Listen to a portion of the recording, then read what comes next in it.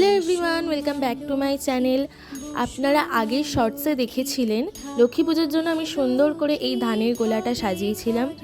তারপরে ঠিক কী হয়েছে চলুন সেগুলো আপনাকে দেখাই। পুজোর দিন সকালবেলা না, একটু বেলার দিকে আমি রোদের মধ্যে বসে পড়েছি মায়ের পা দেওয়ার জন্য। এই যে মায়ের পা দিচ্ছি আমি।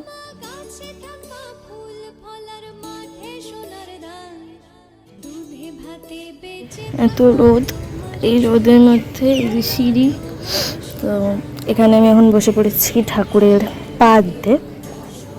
ঠাকুরের পা দেওয়া শেষ করে চলে এসেছিলাম ঘরে এসে খড়িমাটি গুলে যে সিংহাসনের ওপর মাকে বসানো হবে সেই সিংহাসনেও আমি আলপনা দিয়ে নিলাম।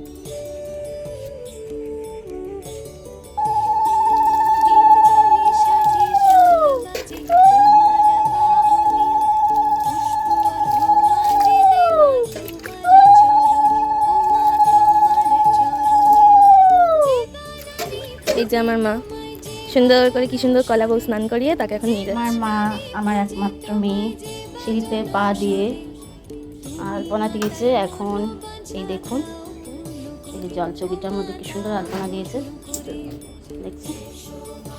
তারপরে সেখানে ঠাকুর বসা হবে, সেখানেও আলপনা চলছে। এই যে দেখি আলপনা এখনো দিচ্ছে, দেখা যাক কতক্ষণে শেষ হয়, কখন আমি ঠাকুর বসাবো, কাজ শুরু করবো। যেহেতু প্রথমবার তো দেখা যাক কত টাইম নেয়। আলপনা দেওয়া শেষ হতেই দেখি আমার বাবা তার মাকে নিয়ে চলে এসেছে। পরে আমার বাবা তার মাকে নিজের হাতে সাজাতে বসে গেছে। কি করছো? মাকে সাজাচ্ছি। পর আমি বসে পড়েছি নৈবেদ্যের থালা সাজাতে।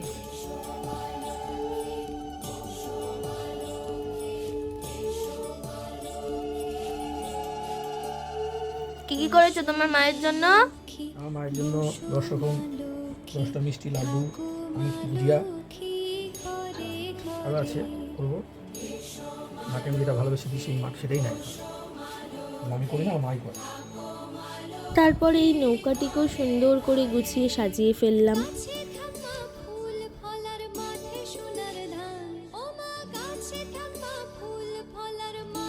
তারপর আমার মা আলতা, সিঁদুর, চাল দিয়ে এই কুল্লুটিকেও সুন্দর করে সাজিয়ে ফেললাম।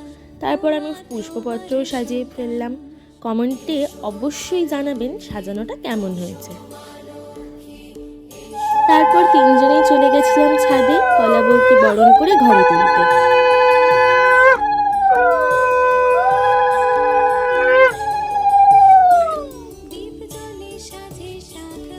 সুন্দর করে রেডি। এই যে আমি একটা সিম্পল কুর্তি পরেও রেডি, তেমন কিছু সাজিনি, উপোস ছিলাম তো আর ইচ্ছা হচ্ছিল না। তারপর দেখি আমার মা আর বাবা বসে পড়েছে ঠাকুরের ভোগ বানাতে। আমাদের বাড়িতে ভোগে ঠাকুরকে দেওয়া হয় সুজি আর লুচি। তাছাড়াও এই ভোগের সাথে নাড়ু, মোয়া, খই, মুরকি, ফল প্রসাদ, দই, মিষ্টি সবই ছিল। এই যে আমাদের বাড়ি মা লক্ষ্মীর আসন, আমার বাবা নিজের হাতে তার মাকে সাজিয়েছে, মায়ের আসনকে সাজিয়েছে। আমাদের মা লক্ষ্মীকে আর এই সাজানোকে কেমন লাগছে অবশ্যই কমেন্টে জানাবেন।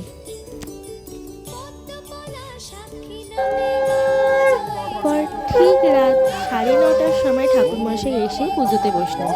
এবার পূর্ণিমাটা অনেকটাই রাতে ছিল, তার জন্য প্রায় 24 ঘন্টাই আমাদের উপোস থাকতে হয়েছিল।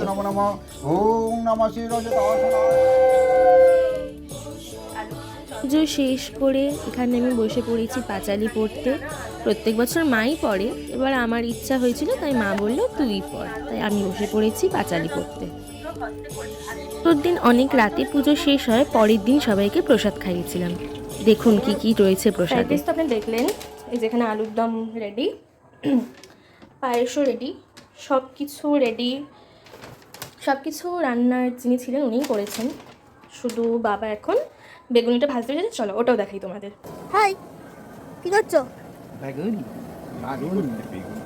এই যে জেঠু আর বাবা সব রেডি, লাস্ট এখন বেগুনিটাই ভাজা বাকি, সেটারই প্রিপারেশন চলছে। হয়ে গেলে আমাদের একটু টেস্ট করিও।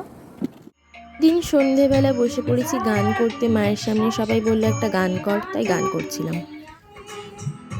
যে এখানে আমি আর দিদি বসে পড়েছি আরেকটি গান করতে। এবার এই যে আমার দুই বন্ধু বসে পড়েছে খেতে, তাদের একটু তাড়াতাড়ি যাওয়ার ছিল বাড়ি, তাই তারা তাড়াতাড়ি বসেছে। খুব আনন্দ মজা করে সবার সাথে গল্প করে খাওয়া দাওয়া করানো হয়েছে, কিন্তু এতটাই কাজ ছিল যে আর কারোর ভিডিও আমি নিতেই পারিনি।